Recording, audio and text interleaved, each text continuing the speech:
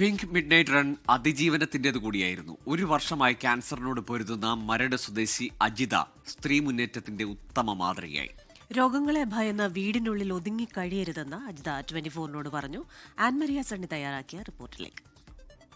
24-ന്റെ pink night റണ്ണിൽ ഒരു പ്രധാനപ്പെട്ട വ്യക്തിയും ഓടാനായിട്ടുണ്ടായിരുന്നു. ഇത് ആവേശകരമായിട്ട് പൂർത്തിയാക്കാൻ വേണ്ടിയിട്ടുണ്ടായിരുന്ന ഒരു ആളാണ് അജിത് ചേച്ചി. അജിത് ചേച്ചിക്ക് ഒരു പ്രത്യേകതയുണ്ട്. അതെന്താണെന്ന് അജിത് ചേച്ചി തന്നെ പറയും. ചേച്ചി, ഒരു വർഷമായിട്ട് ക്യാൻസറാണ്. ട്രീറ്റ്മെൻ്റ് ഒക്കെ കഴിഞ്ഞു.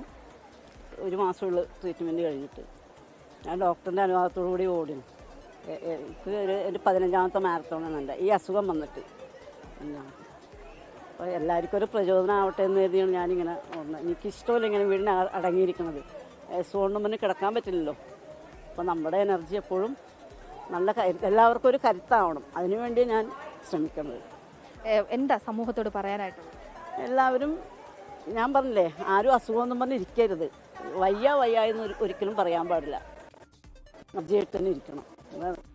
എൻ്റെ ആഗ്രഹം അതാണ്. ഞാൻ അങ്ങനെ സർജറി കഴിഞ്ഞ് 4ാമത്തെ മാസം ഞാൻ ആദ്യമായിട്ട് ഓടിയത്. അതിലെനിക്ക് ഫസ്റ്റ് കിട്ടി. ഇനിയും നിർത്തുകയില്ല, ഇനിയും തുടർന്ന് ഈ ഓട്ടം അങ്ങനെ തന്നെ ഉണ്ടാകുമെന്നും കൂടി അജിത് ചേച്ചി ഓർമ്മിക്കുകയാണ്. കൊച്ചിയിൽ നിന്ന് സ്വാതി കൃഷ്ണയ്ക്കൊപ്പം ആൻമരിയ സണ്ണി, 24.